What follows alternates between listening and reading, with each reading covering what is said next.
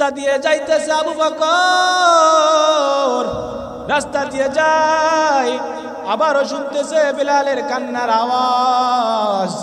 বেলালের কান্নার আওয়াজ শুনিয়া বেলালকে বলে, ও বেলাল, আমি তো তোমাকে নিষেধ করেছিলাম গতকালকে জোরে জোরে আল্লাহকে ডাক দিও না। তুমি যখন জোরে জোরে আল্লাহকে ডাক দাও, উমাইয়ার কলিজার ভিতরে আগুন ধরে যায়। বেলাল, তুমি তো আল্লাহর ডাকার মজা তুমি সহ্য করতে পারো না, তুমি তো আল্লাহকে ডেকে তুমি মজা পাও, কিন্তু বেলাল উমাইয়া তো সহ্য করতে পারে না। তুমি আল্লাহকে আস্তে আস্তে ডাকো, আল্লাহকে তুমি মনে মনে ডাকো, আল্লাহকে জোরে জোরে ডাকার দরকার নাই, তোমাকে তো আরো মারবো, এটা তো আমরা সহ্য করতে পারি না। বেলাল সেদিনও বলে, ভাই আবু বকর, ঠিক আছে, আর জোরে জোরে রাখবো না, আস্তে আস্তে ডাকবো। এইভাবে আবু বকরও সেদিনও চলে যায়।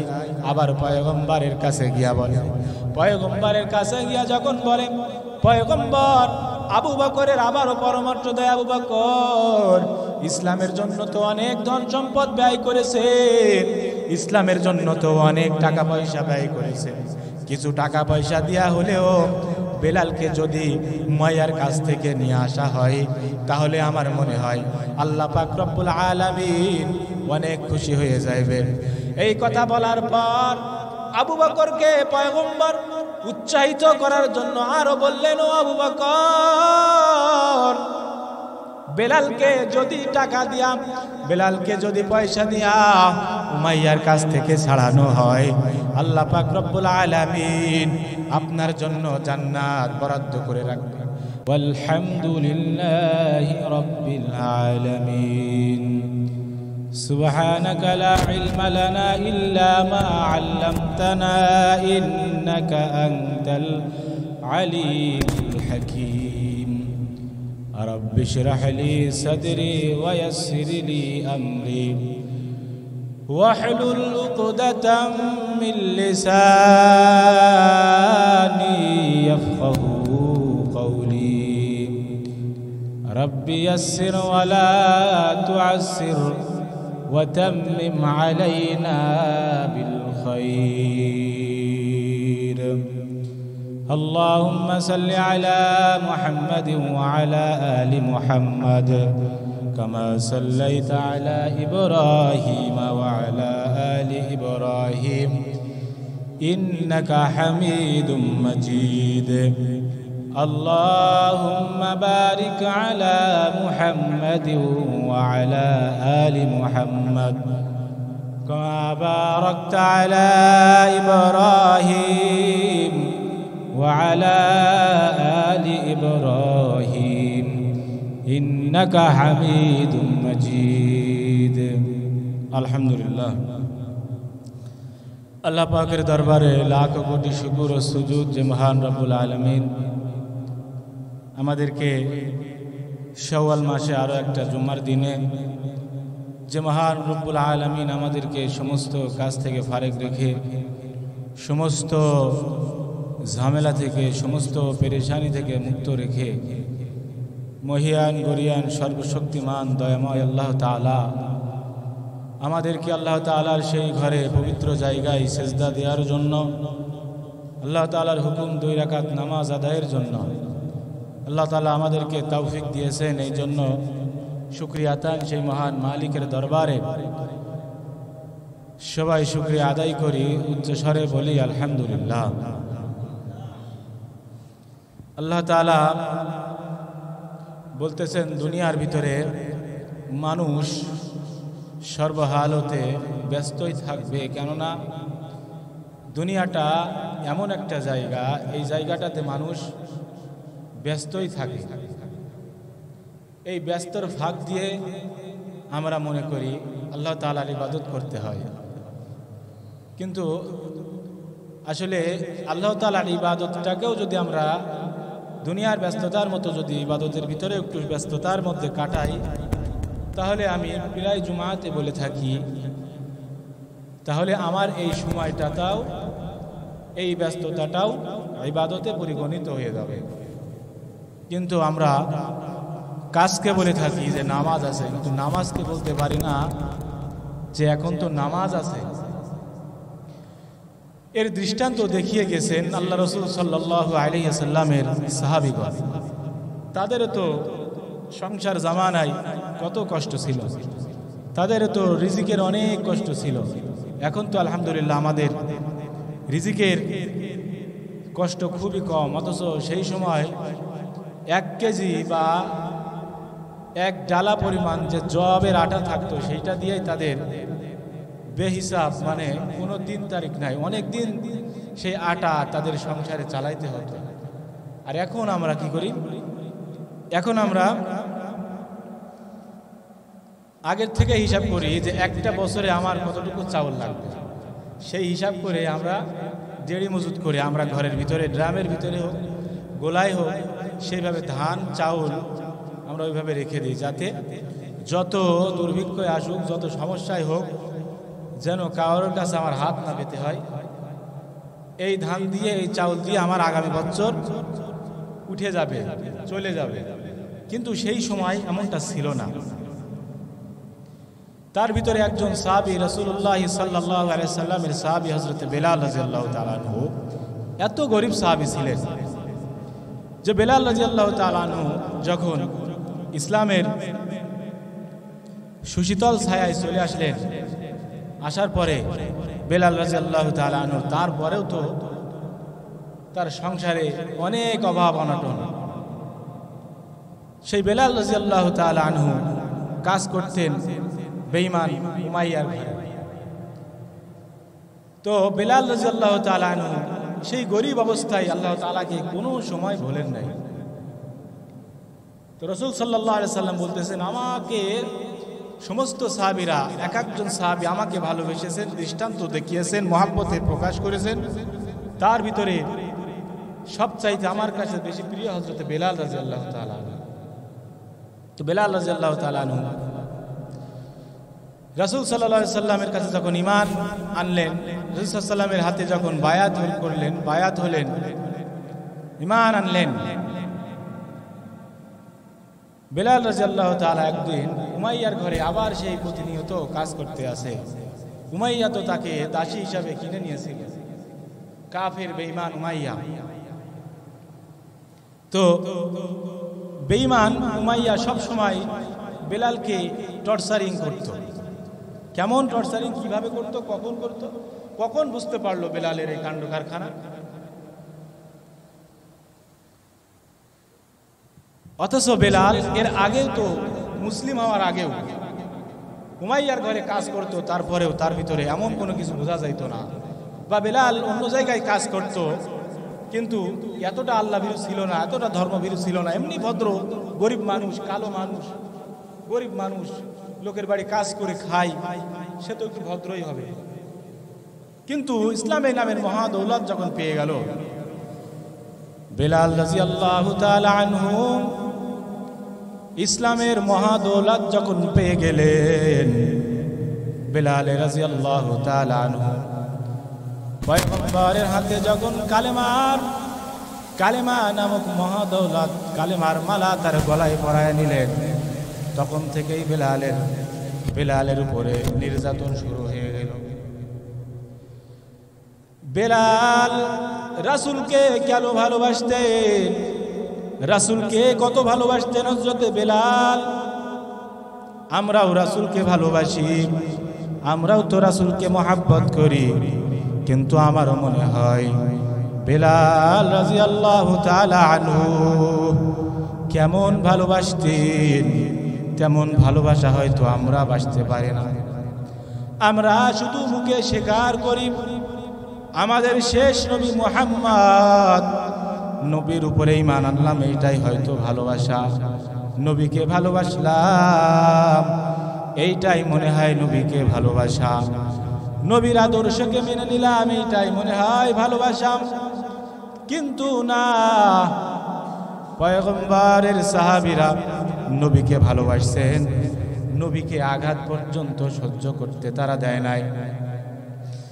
মক্কার কাফেরেরা যখন মুহাম্মদ সাল্লাল্লাহু আলাইহি ওয়াসাল্লামকে, পয়গম্বরকে যখন মক্কার কাফেরেরা বিপদে ফেলার চেষ্টা করতেন, তখন মক্কার ওই সাহাবীরা, মদিনার সাহাবীরা রাসূলকে সাপোর্ট দেওয়ার জন্য, রাসূলকে ভালোবাসে, রাসূলকে সেই কাফেরের হাত থেকে বাঁচানোর জন্য অনেক চেষ্টা করেছে। কিন্তু আমার বাংলাদেশে বর্তমান এমন একটা অবস্থা, বেঈমান রাখাল রাহার নাম শুনেছেন? এই যে কিছুদিন আগে সোশ্যাল মিডিয়াতে দেখলাম বাংলাদেশে একজন নাস্তিক রাখাল রাহা তার নাম। এই রাখাল রাহা আমার নবীকে নিয়ে কটূক্তি করেছে। এই রাখাল রাহা আমার নবীকে নিয়ে কটূক্তিমূলক কথা বলেছে, কুরুচিপূর্ণ কথা বলেছে, যেটা কোনো মুসলমানের গায়ে রক্ত থাকা পর্যন্ত সহ্য করা যায় না। কিন্তু আমার বাংলাদেশে তো সেই রকম আইন নাই। কিন্তু আইন ছিল, বাংলাদেশ তো মুসলিম কান্ট্রি হিসেবে আমার বাংলাদেশের আইনমন্ত্রীও মুসলিম, আমার বাংলাদেশের বর্তমান সরকারও মুসলিম। এই জন্য তাকে উচিত ছিল বাংলাদেশের ভিতরে যদি কোনো বেঈমান রাসূলকে নিয়ে, আমার আল্লাহকে নিয়ে, কোরআনকে নিয়ে, হাদিসকে নিয়ে যদি কেউ কথা কয়, তাহলে সাথে সাথে তাকে গ্রেফতার করা, অথবা সাথে সাথে কোরআনের আইন মতো তাকে মানুষের সামনে, সমস্ত মুসল্লিদের সামনে প্রকাশ্য তাকে বিচার করে দেয়া। কিন্তু আমরা কেমন মুসলমান? আমরা শুধু নামে মুসলমান। আমাদের এই মুসলমানিত্ব আল্লাহ তাআলার কাছে কত দাম। সাহাবীদের ঘটনা থেকে যদি খেয়াল করা হয়, সাহাবীদের ঘটনা যদি শোনা হয়, তাহলে বোঝা যায় তাদের ঈমানের সাথে আমাদের ঈমানের অনেক পার্থক্য আছে। হযরত বেলাল রাদিয়াল্লাহু তাআলা আনহু নবীর কাছে যখন বাইআত গ্রহণ করলেন, বাইআত গ্রহণ করার পর বেঈমান উমাইয়ার ঘরে যখন কাজ করতে গেলেন, বেঈমান উমাইয়ার ঘরে কাজ করে, বেঈমান উমাইয়ার ঘরে কাজ করে আর কাজের ফাঁকে ফাঁকে জিকির করে। কাজের ফাঁকে ফাঁকে বেলাল রাদিয়াল্লাহু তাআলা আনহু আল্লাহ তাআলাকে ডাক দেয়। বেলাল আল্লাহ তাআলার নামে কাজ করে। হঠাৎ একদিন উমাইয়া বেলালের কণ্ঠে যখন শুনতে পাইল, বেঈমান উমাইয়া বেলালকে ডাক দিয়া কয়, ও বেলাল, তুমি যে গুনগুন গুনগুন করে জিকির করতেছো, আমার গুণগান গাইতেছো, ও বেলাল, আমি আমার এই রিজিক থেকে, আমার এই বেতন থেকে তোমার আরো বেতন বাড়িয়ে দেব। বেলাল বুঝতে পেরেছে। পরের দিন উমাইয়া আবার বুঝতে পারলো বেলাল জিকির করে, কিন্তু উমাইয়া এবার বুঝতে পারছে বেলাল যে জিকির করতেছে ওটা উমাইয়ার নাম নিয়ে করতেছে নাম। উমাইয়া তখন বেলালকে বলে, ও বেলাল, তুমি যে জিকির করতেছো, তোমার এই জিকির তো আমার নাম নেওয়া হয় না, অথচ তুমি তো আমার তা খাও, আমার তা পড়ো, আমার বেতন নিয়া তুমি তোমার জীবনটাকে চালাও। কিন্তু এখন দেখতেছি তুমি আল্লাহ তাআলার নাম বলতেছো। বেলাল তখন উমাইয়াকে বলে, হে উমাইয়া, আমি তো ওই আল্লাহকে ডাকতেছি যে আল্লাহ আমাকে সৃষ্টি করেছেন, যে আল্লাহ আমাকে আবার আল্লাহ তাআলার কাছে নিয়ে যাইবেন, যে আল্লাহ তাআলা আমাকে আসমান জমিন সৃষ্টি করেছেন আমার জন্য, তোমার জন্য। কিন্তু উমাইয়া, আমি ওই আল্লাহকে ছাড়া আর দুনিয়ায় কাউকে ডাকতে পারে না। যেহেতু আমি ঈমান নিয়ে চলে এসেছি, আমি আল্লাহকে ভালোবেসেছি, আমি মুহাম্মাদের উপর ঈমান এনেছি, আজ থেকে নিয়াম আমি দুনিয়ার ভিতরে আর কোনো মূর্তিকে আর আমি পূজা করব না। আজ থেকে নিয়াম আমি আর কোনো জ্যোতিষীকে বিশ্বাস করব না, একমাত্র আল্লাহকে বিশ্বাস করব, একমাত্র রাসূলকে বিশ্বাস করব। যাদের উপরে বিশ্বাস করলে আমার জান্নাত, যাদের উপরে ঈমান আনলে আল্লাহ তাআলা আমার উপরে জাহান্নামকে হারাম করে দিবেন, আমি তাদের উপরে ঈমান এনেছি। ও উমাইয়া, তোমার কথা আমি আর শুনব না। উমাইয়া বেলালের কথা শুনিয়া রাগান্বিত হয়ে গেল। তখন উমাইয়া কাফেরদেরকে বলে দিল, বেলালকে আজ থেকে বেলালকে নির্যাতন করা শুরু হোক, বেলালের টর্চার করা শুরু হোক, বেলালকে মারধর করা শুরু হোক। যেহেতু বেলাল আমাকে ডাকতে চায় না, বেলাল আমার তা খায় আর গায় আর একজনের, এই বেলালকে না মেরে আর ছাড়া যাবে না। এরে নবীর উম্মতের দল, ওই বেলাল রাদিয়াল্লাহু তাআলা আনহু ইসলামের জন্য কতটা কষ্ট করেছে। ওই বেলালকে উমাইয়া এবার মারা শুরু করে, বিভিন্ন রকমের শাস্তি আযাবের ভিতরে বেলালকে এমন ভাবে আবদ্ধ করে রেখে দেয়, বেলাল সহ্য করে। বেলালকে মারে, বেলালের আঘাত করে, তারপরও বেলাল আল্লাহু আহাদ আল্লাহু আহাদ আল্লাহু আহাদ বলে। বেলাল তারপরেও কোনো সময় আল্লাহ তাআলার নামটা মুখ থেকে সরায় না। উমাইয়া বলে, ও বেলাল, তোমাকে তো এত মারতেছি, তারপরও তুমি যে আল্লাহর উপরে ঈমান আনতেছো, ওই আল্লাহকে তুমি স্মরণ থেকে কোনো সময় বিরত থাকতেছো না। একবার মুহাম্মাদের নামটাকে তুমি বাদ দাও, একবার তুমি তোমার আল্লাহর নামটাকে বাদ দাও, তাহলে তোমার একটা অপশন দিলাম, তোমাকে আর কোনো মারবো না, তোমার উপরে আর কোনো নির্যাতন হবে না। বেলাল তারপরেও আল্লাহু আহাদ আল্লাহু আহাদ বলে, আহাদ আহাদ বলে বেলাল। উমাইয়ার কথা বেলাল শোনে না। তারপরে উমাইয়া এক একটা গ্রুপ করে নিয়ে আসে আর বেলালকে ধরে ধরে মারে, এইভাবে মারে আর বেলাল চিল্লায়। তারপরও বেলাল কোনো সময় কারোর কাছে পানা চায় না, বেলাল কাউকে বলে না আমাকে বাঁচাও। বেলাল একমাত্র আল্লাহকে বলে, আল্লাহ আপনার উপরে ঈমান এনেছি, আপনার কাছে আমি চলে যাব, ঠিক আছে, কিন্তু আল্লাহ আমার ঈমান কোনো সময় উমাইয়ার হাতে আমি দেব না। हर के दाराज खौफे हक दर दिल मुदम जन्नतुल मावा देहदूरा मकाम। বেলালের ওইভাবে মারে, বেলাল সহ্য করে আর আল্লাহু আহাদ বলে। হঠাৎ রাস্তা দিয়ে একদিন হযরতে আবু বকর, রাসূলের আর একজন প্রিয় সাহাবী আবু বকর রাস্তা দিয়ে যায়। রাস্তা দিয়ে যাওয়ার পর হঠাৎ দেখে উমাইয়ার বাড়ির ভিতরে থেকে কান্নার আওয়াজ, উমাইয়ার বাসার ভিতরে থেকে বেলালের কণ্ঠস্বরের আওয়াজ। আবু বকর সিদ্দিক রাদিয়াল্লাহু তাআলা আনহু দেখেন আসলে বেলালকে ধরে মারতেছে। আবু বকর বেলালকে বলে, ও বেলাল, তুমি আল্লাহ তাআলার উপর ঈমান এনেছো, আল্লাহর উপর ঈমান এনেছো বেলাল, একটু আস্তে আস্তে আল্লাহকে নাম নিবা, আস্তে আস্তে আল্লাহকে ডাকবা, জোরে জোরে ডাক দিবা না। জোরে জোরে যদি আল্লাহকে ডাক দাও তাহলে উমাইয়া তোমার উপরে রেগে যাবে, উমাইয়া আরো বেশি বেশি মারবে।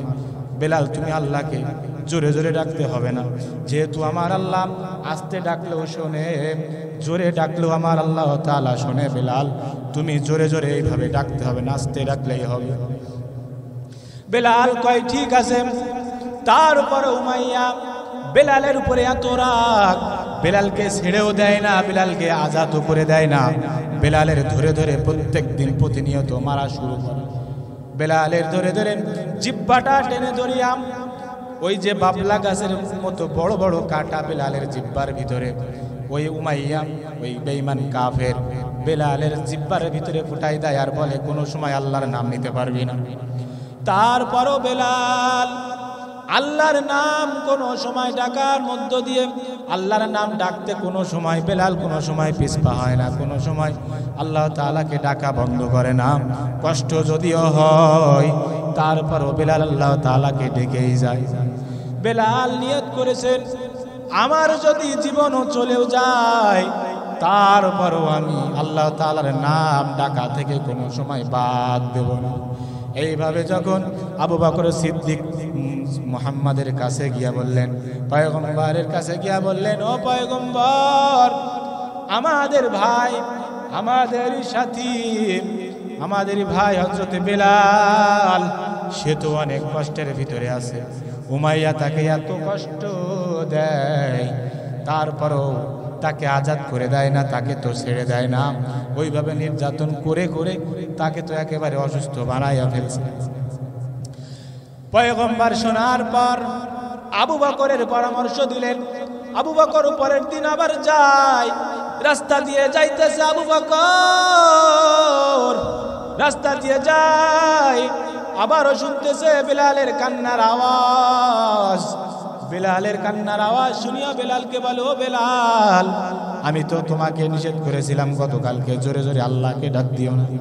তুমি যখন জোরে জোরে আল্লাহকে ডাক দাও, উমাইয়ার কলিজার ভিতরে আগুন ধরে যায়। বেলাল, তুমি তো আল্লাহর ডাকার মজা তুমি সহ্য করতে পারো না, তুমি তো আল্লাহকে ডেকে তুমি মজা পাও, কিন্তু বেলাল উমাইয়া তো সহ্য করতে পারে না। তুমি আল্লাহকে আস্তে আস্তে ডাকো, আল্লাহকে তুমি মনে মনে ডাকো, আল্লাহকে জোরে জোরে ডাকার দরকার নাই, তোমাকে তো আরো মারবো, এটা তো আমরা সহ্য করতে পারি না।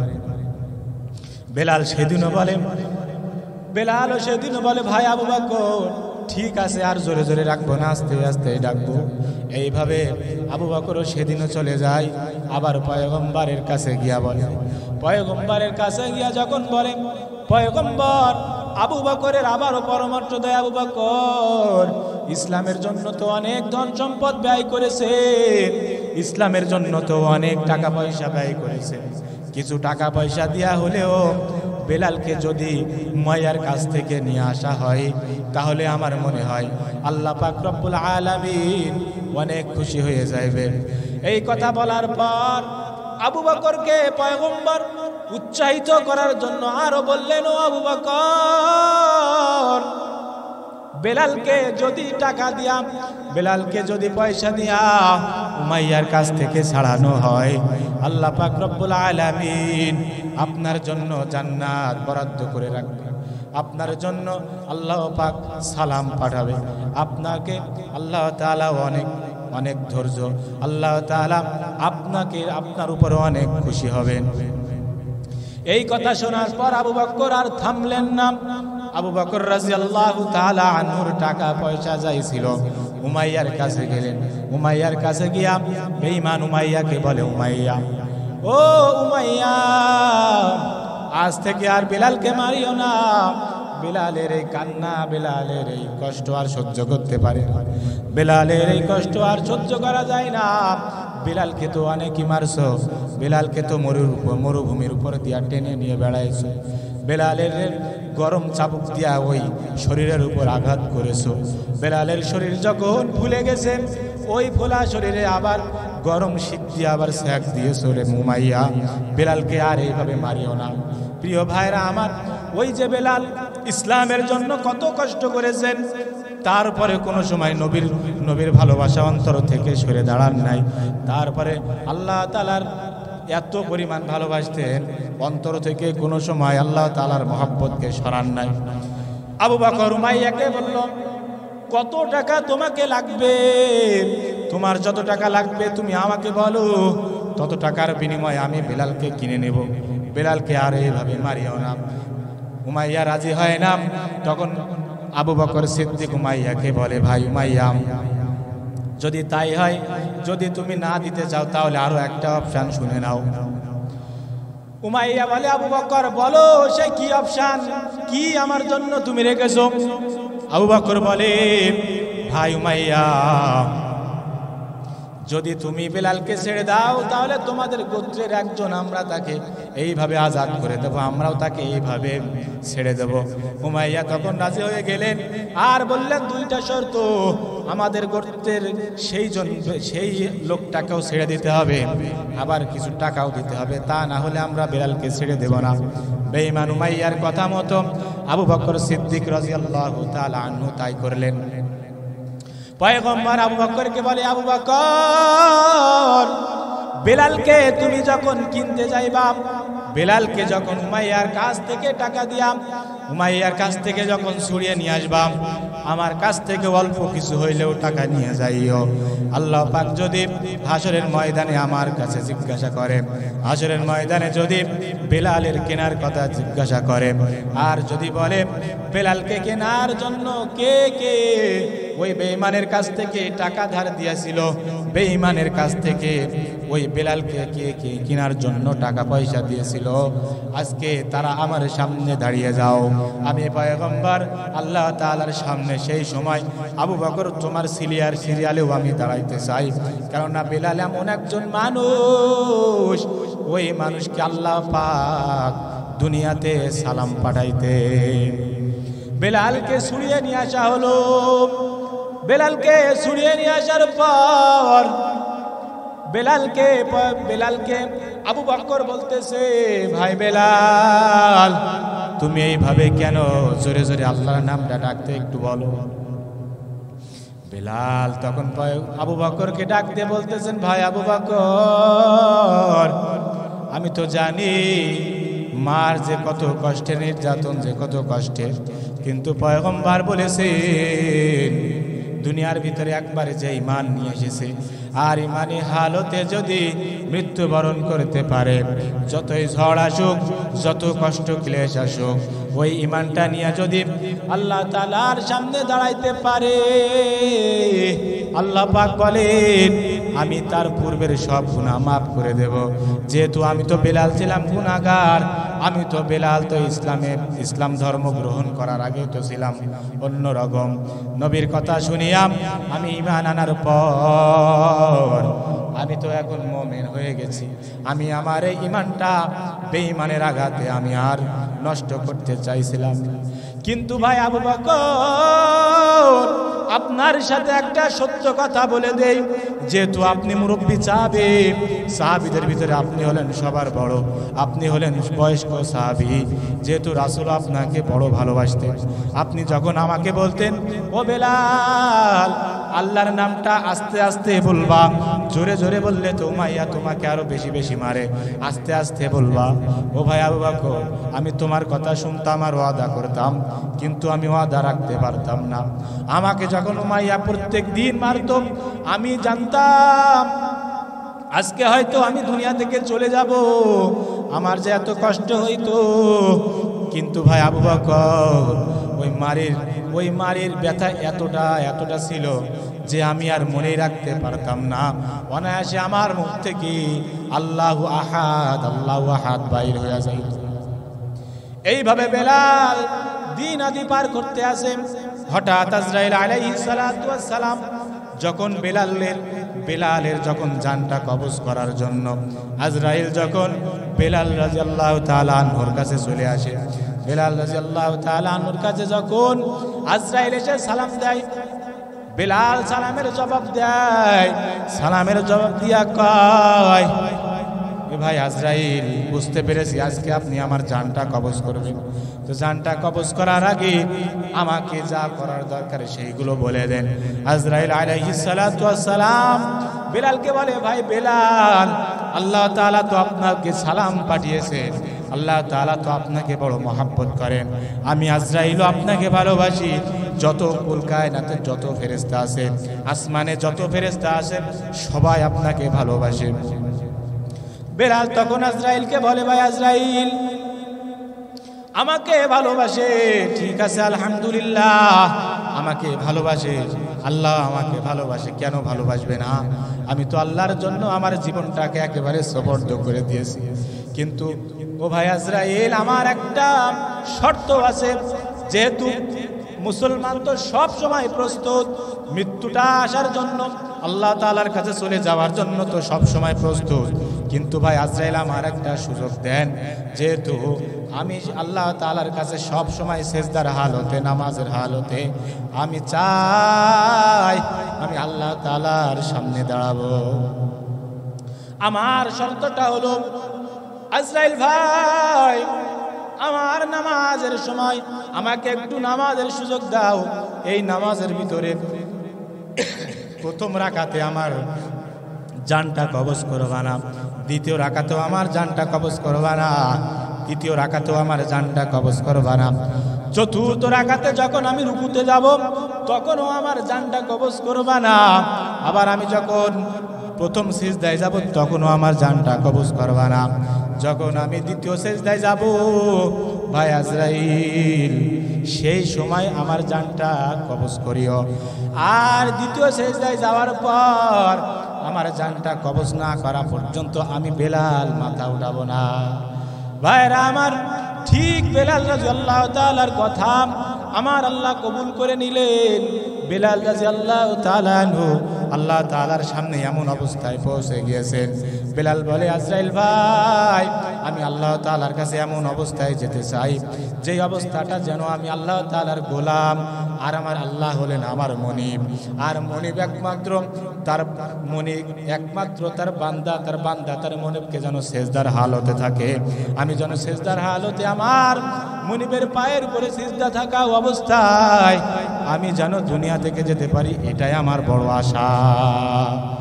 বেলাল এই কথা বলার পর আজরাইল আলাইহিস সালাতু ওয়াস সালাম আল্লাহ তাআলা শোনার পর আজরাইল আলাইহিস সালামের কথা মতো আল্লাহ তাআলা বেলাল রাদিয়াল্লাহু তাআলা আনহুর কথাকে আল্লাহ তাআলা কবুল করলেন। বেলাল রাদিয়াল্লাহু তাআলা আনহু দুনিয়ার ভিতরে তারপরে নামাজে হালতে তার ওই অবস্থায় সে আল্লাহ তাআলার জান্নাতে চলে গেছে। ভাইরা আমার, যেই কথা বলতেছিলাম, আমরাও তো নবীকে ভালোবাসি, আমরাও তো আল্লাহকে ভালোবাসি, কিন্তু কেমন ভালোবাসে? এই বাংলার জমিনে কিছুদিন আগেও আমার নবীকে নিয়ে কটূক্তি করেছে, আমার আল্লাহকে নিয়ে বিভিন্ন খারাপ ভাষায় কথা বলেছে, নবীকে নিয়ে খারাপ ভাষায় কথা বলেছে। তার উপরও আমরা কিছু বলতে পারি না, আমরা কিছু করতে পারি না, যেহেতু এই যে কিছুদিন আগে আপনারাও হয়তো দেখেছেন নবীকে নিয়ে যখন কটূক্তি করলো, আমাদের কিছু আলেম সমাজ গেল শাহবাগে আন্দোলন, শাহবাগে মিছিল করার জন্য, শাহবাগে গিয়ে হক কথাগুলো বলার জন্য, ওই বেঈমানকে তাড়াতাড়ি গ্রেফতার করার জন্য। কিন্তু কি হলো, আমাদের আলেমেরা যখন ওই শাহবাগে চলে গেল, এই যে আর্মিরা, এই যে সেনাবাহিনীরা, তাদেরকে সম্মান রেখে বলতেছি, তারা যে এমন আচরণ করেছে মনে হলো যেন তারা মুসলমানই না। তাহলে বোঝা গেল শুধু মুহাম্মদকে ভালোবাসি আমরা হুজুররা, আর কেউ ভালোবাসে না। আল্লাহকে ভালোবাসি আমরা হুজুররা, আর কেউ ভালোবাসে না। একটা কথা মনে রাখেন, কাল কিয়ামতের দিন আল্লাহ তাআলা যদি বলেন, আমার নবীকে যারা ভালোবেসেছেন, আমাকে যারা কারা ভালোবেসেছেন দাঁড়াও, আমার মনে হয় এই যে সাধারণ পাবলিকের চাইতেও এই ছোট্ট ছোট্ট মাদ্রাসার ছেলেরা, এই যে আলেমেরা, নির্যাতিত যত আলেমগুলা আছে, আমার মনে হয় তারা ছাড়া এই রকম সাধারণ মানুষ খুব কম লোক আল্লাহ তাআলার সামনে সেই সময় জোর গলায় দাঁড়াবে। আমরা কিছু বলতে পারি না। নবীকে নিয়ে কটূক্তি করেছে, রাসূলকে নিয়ে কটূক্তি করেছে, কোরআনকে নিয়ে কটূক্তি করেছে, সংসারে কোরআন দিতে চায় না, নিতে চায় না। রাসূলের কথা বললেই আমাদেরকে রাস্তা থেকে সরে দেয়। আমরা বলি যে কেন আমাদের রাসূলকে গালি দিচ্ছে, আমাদেরকে টর্চারিং করে, আমাদেরকে ধাক্কা দিয়ে এভাবে ফেলে দিচ্ছে। কেমন মুসলমানের দেশে বাস করতেছি? কি হলো? সেই হক কথা বলার জন্যই তো এত কষ্ট আমরা করেছি, সত্য কথা বলার জন্যই তো। রাসূলকে নিয়ে কথা বলা এটা তো কোনো রাজনীতি না, আল্লাহ তাআলাকে নিয়ে কথা বলা এটা তো কোনো রাজনীতি না। তারপরও কেন এখনো রাসূলের কথা আমরা হক গলায়, জোর গলায় বলতে পারি না? অথচ রাখাল রাহা, এই রাখাল রাহার মতো বেঈমান কাফের আমরা মামলা করেছি, তারপরও আইন মন্ত্রী, আইন উপদেষ্টা আসিফ নজরুল সে মামলাকে গ্রান্ট করে নাই। প্রিয় ভাইরা আমার, তাহলে কি বোঝা গেল? এই যে আমরা রাসূলকে কেমন ভালোবাসলাম, আমরা যদি যখন শুনতেছি রাসূলকে নিয়ে কটূক্তি করতেছে, আমরা যদি ফেসবুকেও বলি যে রাসূলকে নিয়ে যারা কটূক্তি করেছে, নবীকে নিয়ে, আমাদের শেষ নবীকে নিয়ে যারা কটূক্তি করেছে, তাদেরকে গ্রেফতারের দাবি জানাচ্ছি, এই কথা লিখলেও আমাদের ফেসবুক পোস্টেও রিপোর্ট মেরে দিচ্ছে, রিচ কমে যাচ্ছে, ডাউন হয়ে যাচ্ছে। এরকম 31 দিন, 30 দিন, 25 দিন পর্যন্ত সিগনালে থাকতে হচ্ছে। কোথায় গিয়ে বলবো তাহলে বলেন? অথচ রাসূলকে ভালোবেসেছেন, রাসূলের যেই সকল সাহাবীগুলা তারা কত কষ্ট করেছেন দেখেন। তারা তো মুসলমান ছিল, কিন্তু আমরা কেমন মুসলমান? আমরা মুসলমান দাবি করি আর ভাবি ওর দায়িত্ব আমাদের না।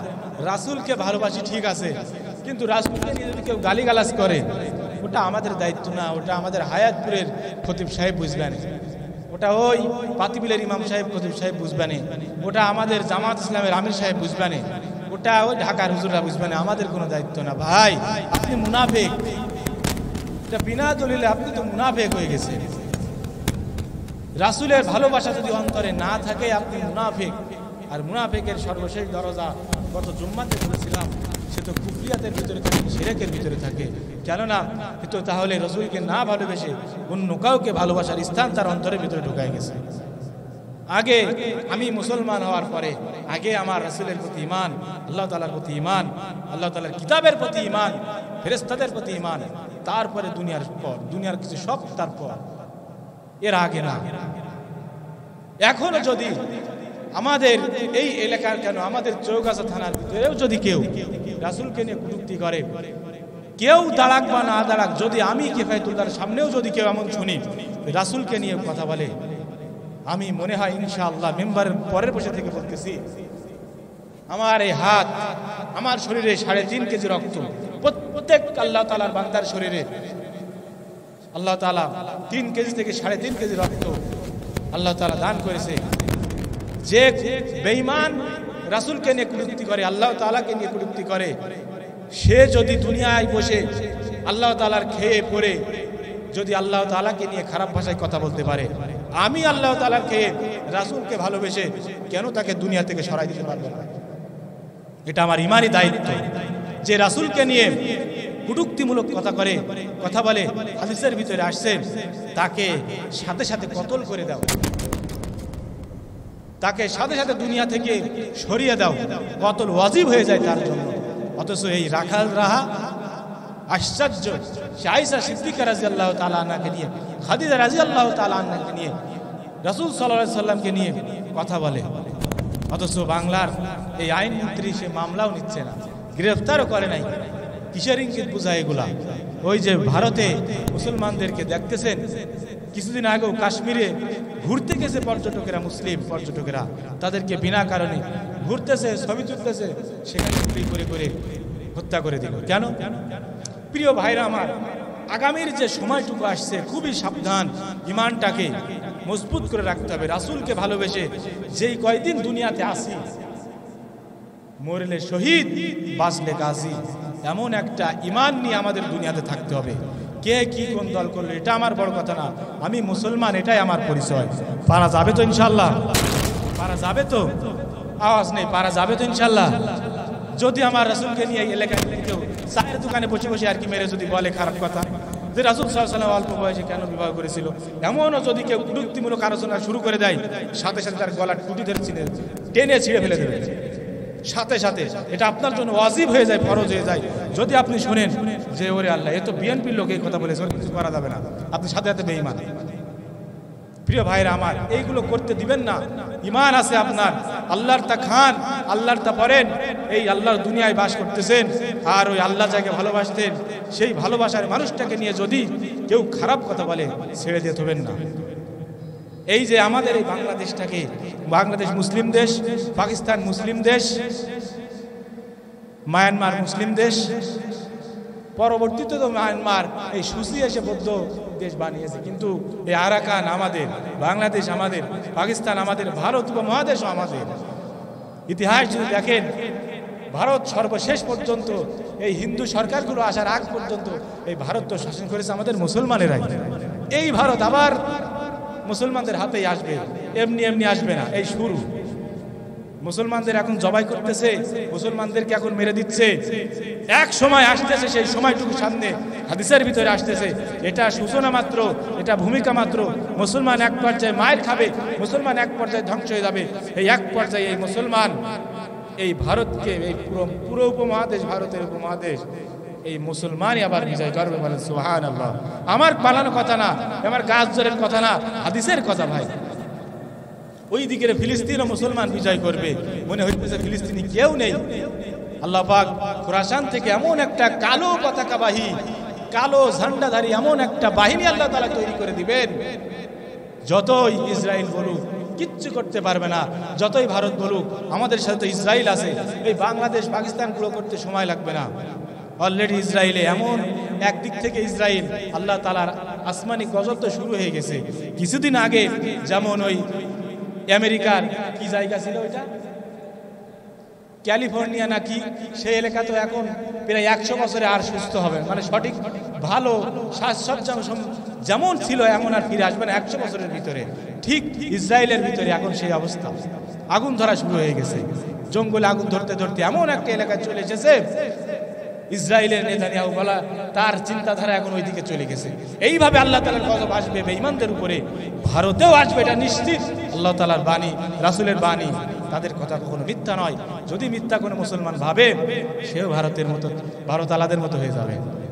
প্রিয় ভাইরা আমার, আল্লাহ তাআলা আমাদের সবাইকে যেই ঈমান, যেই শরীর, যেই আল্লাহ তাআলা আমাদেরকে দিয়েছেন, এইগুলো যেন ইসলামের পথে ব্যয় করতে পারি, মুসলমান হয়ে যেন যেতে পারি।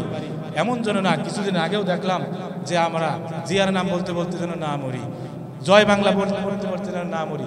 কয়েকদিন আগেও দেখলাম ওই হাসপাতালে বেডে শুয়ে রয়েছে, তাও দেখি আল্লাহর এক বান্দা ওই নাকের ভিতরে কি কয় ওর ওইটা দেখিছে বলতেছে। প্রিয় ভাইরা আমার, হয়ে গেছে, টাইম হয়ে গেছে। আল্লাহ তাআলা আমাদের সবাইকে তৌফিক দিক, তবে ঈমানটাকে মজবুত